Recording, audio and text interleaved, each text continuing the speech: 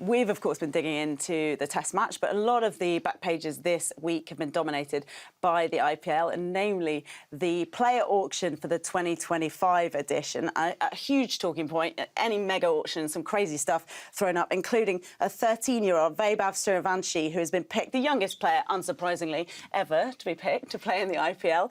What did you make of it all generally, Finney? Well, he's a remarkable player, actually. I've only seen clips online of him, but he scored a 58-ball 100 for the under-19s. He's played in the Ranji Trophy, which is the professional competition, and he's just made himself a tasty £105,000 to go whilst he's going to school. So, yeah, remarkable day for him and his family. He looks like some player. It'll be interesting to see how he develops. You know, he was born in March 2011. That was after our away win in 2010-11. That is absolutely mental. Well, that's a comfort, isn't it, everybody?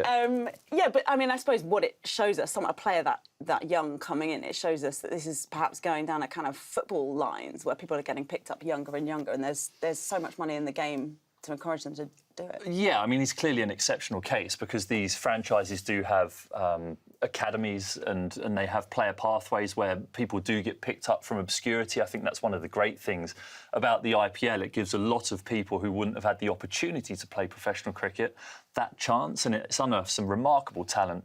The strength and depth of that Indian team, if we look at that Test series between Australia and India, which has been shown on TNT, you look to that and the fact that it wasn't even their strongest team that just beat Australia. So, yeah, this young lad getting an IPL contract is clearly a nod towards that strength and depth that India have. You might have just played a bit of T20 cricket, mightn't you, if this was your career? Well, at 13, I was still singing the choir high notes. I'm not sure I'd have... I'm not sure. Not very well.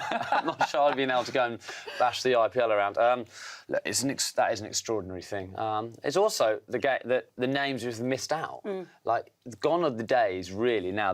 When the IPL first started, they wanted anyone with a name in cricket to be there. And actually, look at these players here. You know, Johnny Bairstow, David Warner, Privy Shaw, Darryl Mitchell, Takar.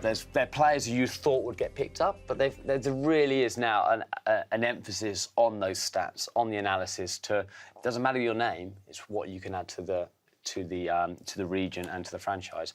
I was surprised, though. I know Jimmy, as a 42-year-old, going in there, I was surprised. That Rajasthan. Where did the youngster go? I think why they couldn't have the 13-year-old and a 42-year-old on the same thing. But I thought a franchise would have gone for him, not mainly for his bowling, but also just the experience that he has about bowling.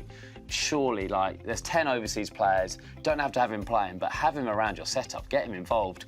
I would have said that would have been, for not massive money, you'd have got a guy which no one's played that many or taken that many wickets. So I was surprised he didn't go on. I was surprised he wasn't sold. Would you have picked him up, Finney? If you're in charge of one of these? Look, if those balls are going to swing around like they did at times last year, why not have him as a power play bowler, as a backup? And like Cookie says, that experience, but it's very much a money ball approach to the IPL now. The franchises have so many statisticians that pour through those stats and analyse it all to the nth degree to select their players. It really is a scientific process. And lots of England players got picked up as well. Josh Buttler was the one who got paid the most, I think $1.88 million US. He got sold for. Jofra Archer, Phil Salt. There are a number of players there who are going to have a great opportunity with this mega auction, locking them in for 3 years, I think, to those franchises to try and build something over there in India. And, of course, Ben Stokes decided not to be in the auction so he could focus on his Test career, so we will not see him in the IPL. But plenty more to discuss on this topic over the next few weeks and months because the IPL doesn't get underway until March the 15th. Right, plenty of other cricket going on at the moment.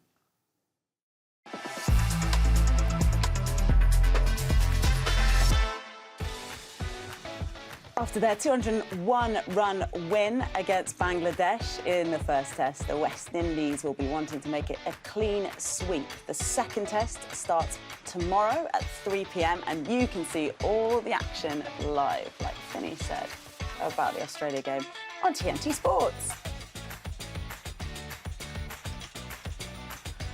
Sri Lanka were bowled out for just 42 in their first innings of their first Test against South Africa. That is their lowest ever total in Test history. Martin Jansen's 7 for 13, headlining South Africa's bowling attack. South Africa hoping to wrap this match up today. They are currently 233 for 3 in their second innings.